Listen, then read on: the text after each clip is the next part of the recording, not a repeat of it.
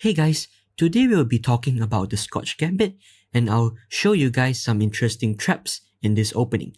So the Scotch Gambit starts off with the moves e4, e5, knight f3, knight to c6, and pawn to d4. Usually black captures here on d4 and the main line of the Scotch is to capture back with our knight with knight takes d4. However, in the Scotch Gambit, we are going to play this move bishop to c4, which essentially means that we sacrifice our d4 pawn. Now, before we get to the main topic of this bishop to c4 move, before that, I'd like to show you guys a really sneaky move here with knight to g5. The most common reply, as you guys can see, is pawn to h6 by black, and you guys can see that white actually wins 72% of the time here. But why? Because after pawn to h6, we can play this sacrifice with knight takes f7, and black is forced to capture the knight. Otherwise, he would lose either the queen or the rook. But just bear in mind that I would only recommend playing this line or this variation mostly for beginner players only, and I'll explain why in a bit. So after king takes, you're going to play bishop to c4 check, and here black usually have two main options to move the king, either king e7 or king to e8. And as you guys can see, king to e8 is the most played move, and almost 150,000 people have fallen for this trap. So why is this trap so deadly? Because after king to e8, we are going to play queen to h5 check, and checkmate is already unavoidable. Black has to move his king. Of course, he can play a move like pawn to g6, but that doesn't change anything as we just capture, and it'll be the same thing anyways. So king to e7, queen f7 check, king to d6 is the only move. Here, we play bishop to f4 check, and black has two options, either king c5 or knight to e5. If he runs with the king, we just go queen to d5 check. Again, black has two options with either king b6 or king to b4, but both options are the same because we play queen to b5 anyways, and in both situations it's already checkmate. So if we go back a few moves over here, if black blocks with the knight on e5, same thing, we're going to play queen to d5 check. King can go back to e7 now, but we just capture the knight with the queen, and this is checkmate again. Alright, so let's go back over here and let's see what should be the correct move for black. So the second most played move is king to e7, and this move is critical for black because instead of king to e8, now king to e7 we no longer have the move queen to h5 check, so it won't be checkmate in this case. So here I'll recommend playing the move pawn to c3, and black usually would capture because otherwise we would just take this pawn for free. And after captures, we recapture back with the knight. We're threatening to go knight to d5 check, so black probably plays a move like knight to f6, very natural, and after we castle, after that black probably plays a move like pawn to d6 for example, and we're going to play this move pawn to f4. And even though we are down a whole piece in this position, basically we're down one knight at the moment with equal number of pawns, it's still difficult to say that it's winning or better for black, because even though the computer gives black as a almost -1 advantage, his king is stuck in the center, he can never castle, and we're going to open up the center with moves like pawn to e5, rook to e1, trying to open up the position even though we're down a piece. So if you find positions like this interesting and like to try it out in your own games or research even more, you of course feel free to do so. Now, one last thing I'd like to mention is to show you the best engine move. So the best engine move here, Stockfish says, is actually king to g6. Because after king to g6, if we play queen g4 check, black can hide his king here on h7. If we give another check here, black can block with pawn to g6. If we check on f7, he blocks with the bishop, and somehow black manages to keep his king safe on h7, and there's no way for us to attack the king. And bear in mind, remember, we already sacrificed a piece from the start. But don't worry, because if your opponent plays a move like this, king to g6 over here, either your opponent has analyzed this position with the engine, or he would just be cheating, because from a human's perspective, a move like king to g6 followed by king to h7 is a really difficult move to make as a human, and it doesn't really make much sense unless they have seen this line before. So let's go back over here, and that's why I say this move knight to g5. I usually recommend this variation for beginner players only, or if let's say you want a quick win in blitz or bullet games. Now, if you're wondering, does this line work on high-rated opponents, maybe even tighter players? The answer is yes. And in league chess games, I found many players above 2000 rated who fall for this trick here after knight takes, king takes, bishop c4 check. Many of them played king to e8. As you guys can see, almost 150,000 of people did so. So it also worked against high-rated players, but in the long run, I would only recommend this variation for beginner to at most intermediate level players. Alright, so let's get back to the main topic with this move bishop to c4. Now black has three options here. He can play bishop to b4 check, he can play bishop to c5 to try and protect this pawn, or he can play knight to f6 to attack our pawn on e4. So first, let's take a look at what if bishop b4 check. The idea of this move is simple. Black gives a check, and if we block either with the bishop or the knight, for example on d2, that would mean that our piece, the piece on d2 will block our queen from attacking this pawn on d4. So it's also one way that black may try to keep the pawn on d4. And if we play a move like pawn to c3, black will just capture and he'll be one pawn up. But actually this is what we're going to play, pawn to c3 here, because after captures, instead of capturing back with the knight, we're going to capture back with the pawn because it's very important to gain this tempo and attack the bishop. Now, the bishop has three main moves to retreat. The bishop can go back to a5, he can go to c5, or go to e7. Let's take a look first at what if he goes back to e7. This move already is quite passive, and you should be able to win material right away with queen to d5. And your next move as white is simple. You want to just capture on f7 and give checkmate. The only way black can try to protect this f7 square is by playing a move like knight to h6 to try and defend this pawn. But we can just chop off the knight with our bishop. If he takes back, queen takes f7 is just checkmate. And if you play a move like, for example, castling, you can just retreat the bishop and you're in this position, we're already a piece up.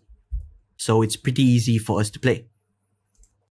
So let's go back and see what if black plays the move bishop to c5. Now after bishop to c5, we are going to play this move bishop takes f7 check, because after king takes, now we can play queen to d5 check, and it's a double attack on the king and the bishop, and we regain the piece and we won back the pawn on f7. Now, an important thing to remember is that we need to play the move bishop takes f7 first, because if you play queen to d5 first thinking it's the same thing with this double attack over here, it doesn't work out because black can play queen e7.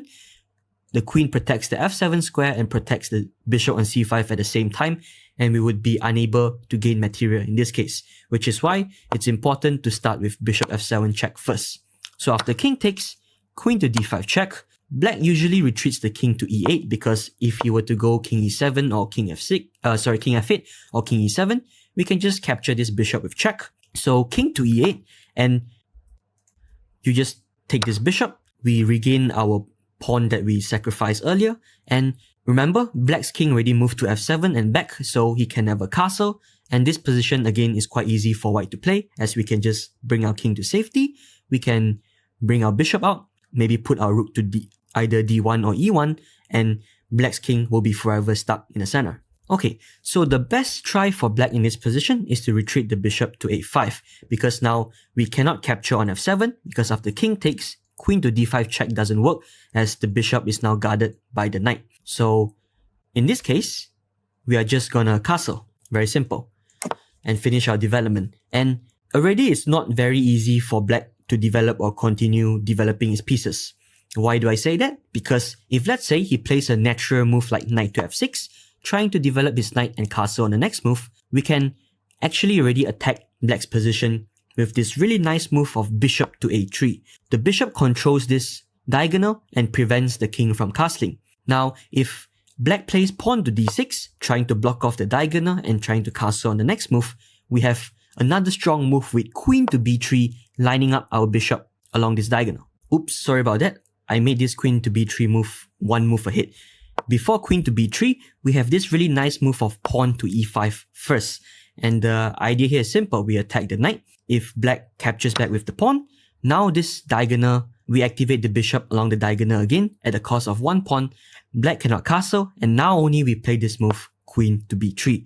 So now you guys can see this powerful bishop and queen lining up diagonal is really strong on the king side, and the threat is very simple. We want to capture on f7 on the next move. Now, already it's not very easy for black to defend in this position, because if he plays a move like bishop to e6, we can just capture the bishop, and after pawn takes, we probably capture on e6 here, but you also can capture on b7. You have some options, because after queen takes pawn, you can't block with the queen as the bishop is attacking. You have to block with the knight. And here you can play a move like knight takes e5, followed by either knight f7 or queen f7 check. And this position is very, very dangerous for black. Similarly, if black tries to defend this f7 pawn with the queen, like this, queen to d7, here you already can play a move rook to d1. We develop our rook and we attack the queen at the same time. And again, it's a difficult position for black as bishop f7 threat is always coming. So let's go back over to this position, and we saw that what happens after knight to f6, where we get this powerful bishop on a3 and we line up along the diagonals over here. Now, what if black tries to play knight to e7 instead? So the knight goes to e7 to block this diagonal. We can't play bishop to a3 now because black would just castle. But if it's this case, we have another strong attack with the move knight to g5. And the idea is simple because we just threaten to capture on f7. If black castles, it might seem like black's position is fine and he's doing well, but we have this another attacking move with queen to h5, and our queen now threatens mate in 1, but not only our queen threatens mate in 1, but our queen threatens to capture on f7 as well. I mean, our queen is another attacking piece to capture on f7. So black probably has to play a move like pawn to h6 to avoid getting checkmated in one move. And now we just capture this pawn on f7. We attack the queen. If black doesn't do anything and move the queen, we can even play a move like knight takes h6 double check because it's discovered. And most likely, black has to probably give up the exchange to capture with the rook, in which we can either capture with the bishop or with the queen, and we are easily exchange up in this position. Alright, now let's go back to the main position over here, and we saw how to deal with this move bishop to b4. Now let's take a look at what if black plays the move bishop to c5, trying to guard this pawn on d4. Same thing, we play the move pawn to c3 because we have the same ideas. And black has two options here. He can either capture on c3 or play the move knight to f6. So let's see what if black plays pawn captures first. So now we have a similar idea as in the previous variation, where we capture this pawn on f7 with check. Because after king takes, we play queen to d5 and same double attack over here. Again, it's important to note that you cannot start with the move queen to d5 because black can play the same move queen e7, guarding both the pawn and the bishop. So we have to play bishop takes pawn check first. After king takes, queen to d5 check, king to e8. And now instead of taking the bishop, a very strong and important move to remember here is we play this in-between move with queen to h5 check first. Why is this such an important move to remember? Because this check kind of forces black to block the check with pawn to g6, because if he moves the king anywhere, we just take the bishop with check.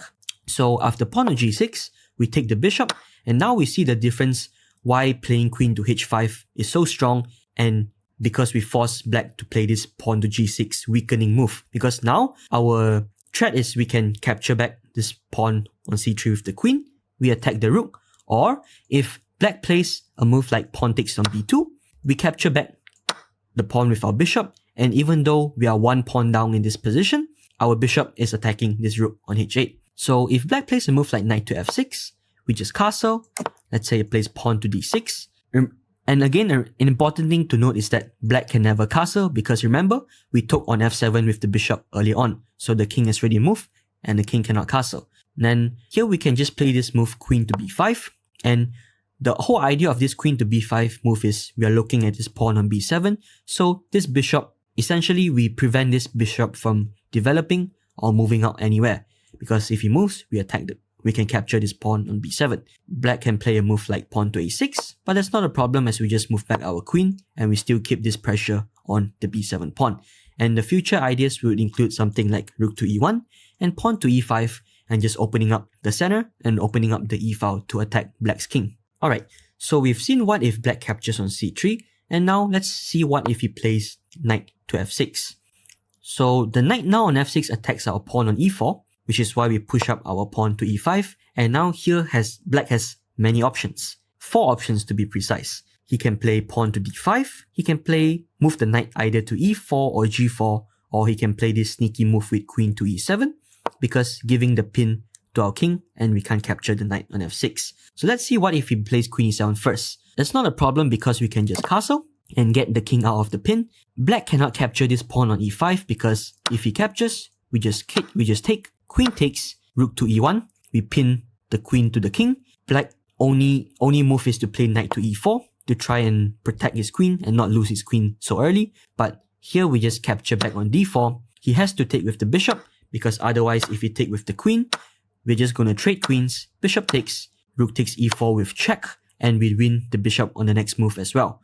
So over here, he has to capture with the bishop, and now we play a very simple move, queen to e2, threatening to capture this knight on e4. Black can play a move like pawn to f5 to protect the knight, but we keep up the pressure with knight to d2, bringing in another attacker to capture this knight on e4. Same thing, black can play this move pawn to d5, attacking our bishop and protecting the knight at the same time, but now we just play knight to f3, attacking the queen and the bishop at the same time. If the queen moves anywhere besides f6, he will lose this bishop. So he has to play queen to f6 to protect this bishop on d4, in which we just capture this d5 pawn, and black's position just crumbles because the king cannot castle as our bishop is really strong on the diagonal, and we're going to capture this knight on e4. Another important thing to note here is that black cannot play a move like queen takes f2 check because we can just capture the bishop with our queen, and after knight takes, we take this queen with check and we can capture back the knight. So it's easily winning for white. So let's go back a few moves over here, and we've seen pawn to f5. So what if pawn to d5 then?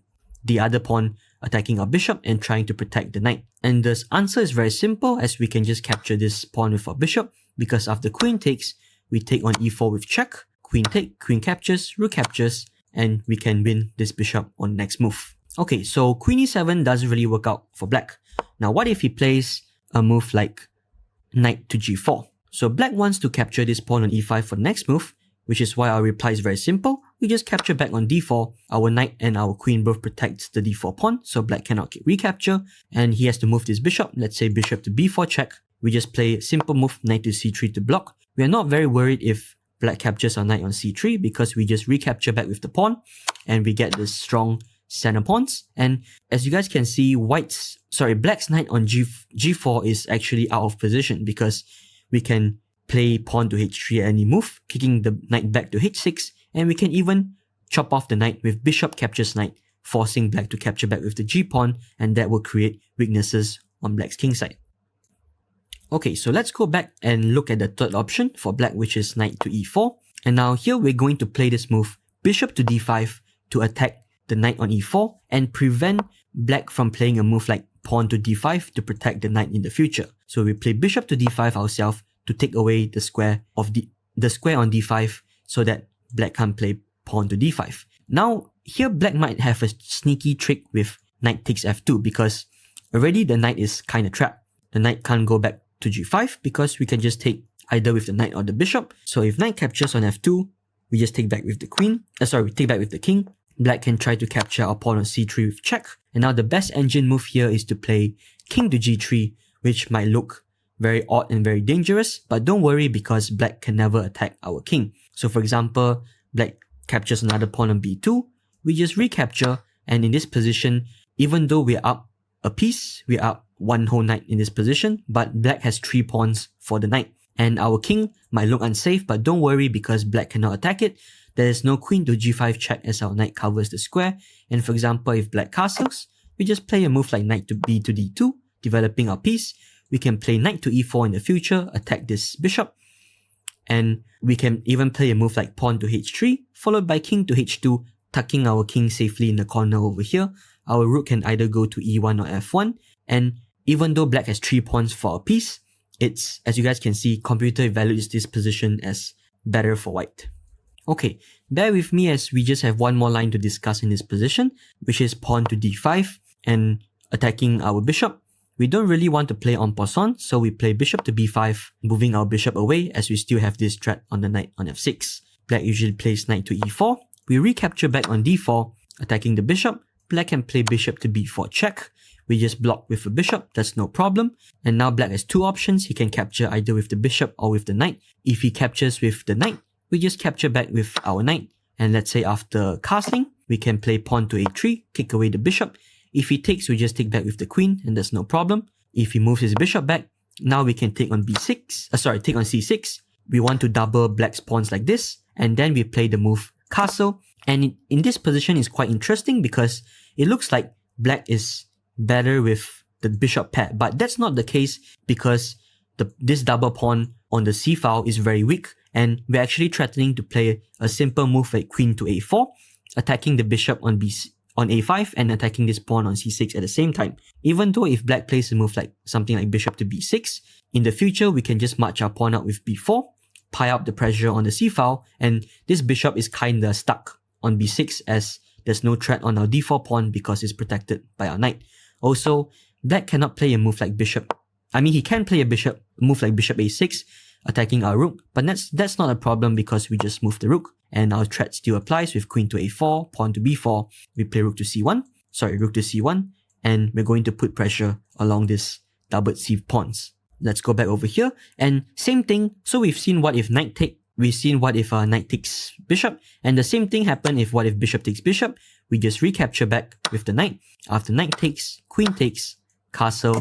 Again, we take this knight on c6 because the whole idea is we want to double this pawn and attack them, create weaknesses in black's position and attack them. And after castle, let's say black plays a move like bishop to g4.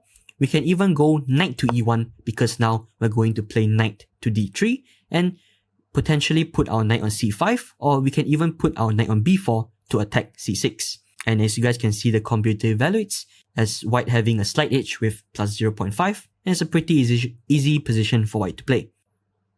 Okay, so let's go back to this position, and we have discussed bishop b4 and bishop to c5. Now last but not least, we have to see what if black plays the move knight to f6.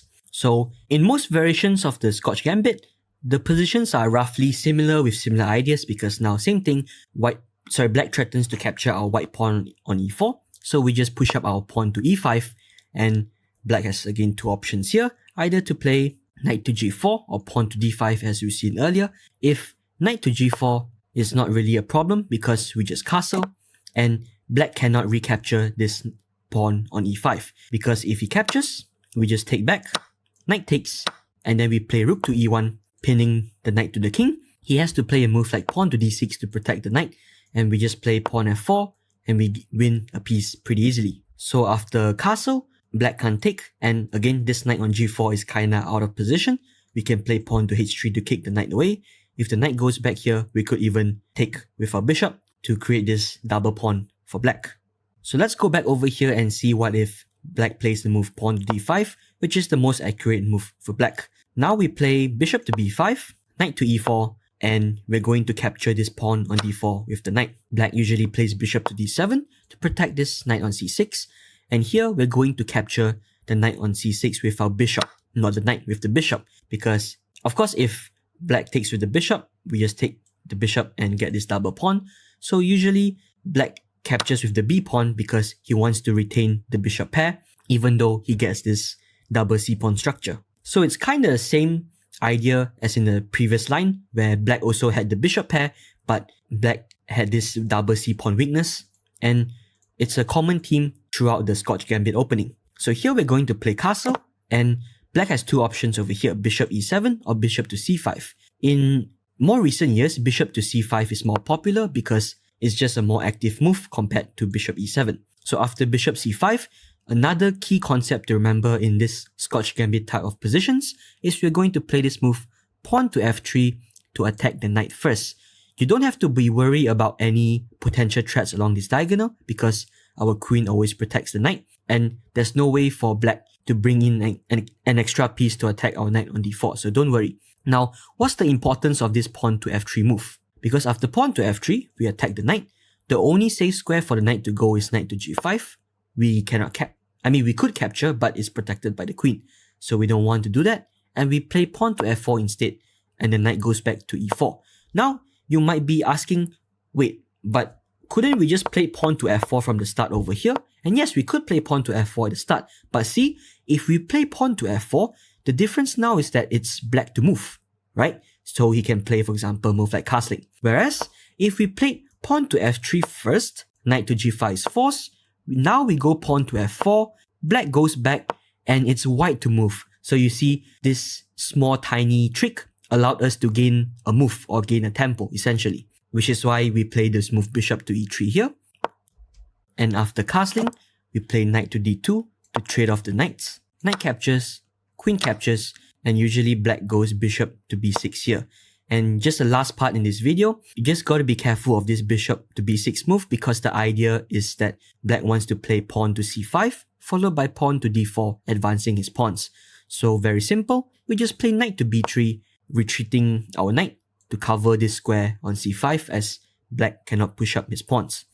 And future ideas for white would include, for example, we could even play pawn to a4, trying to play pawn to a5 to attack this bishop. You could play bishop to d4, followed by pawn to c3 to just solidify this center on d4. And in future, you could even advance your position with move like pawn, for example, let's say rook e1 first, and then pawn to f5 followed by either pawn to f6 or pawn to e6, pushing up our pawns for attacking chances. Alright, so that's the end of the video, and I know this has been a really long video and I tried my best to cover every single main line or variation that I could think of that could be important. So if there's any line or any variation or any move that I've missed, please write down a comment in the comment section below and let me know, and I'll do my best to reply to whatever questions you have. So congratulations on mastering the Scotch Gambit.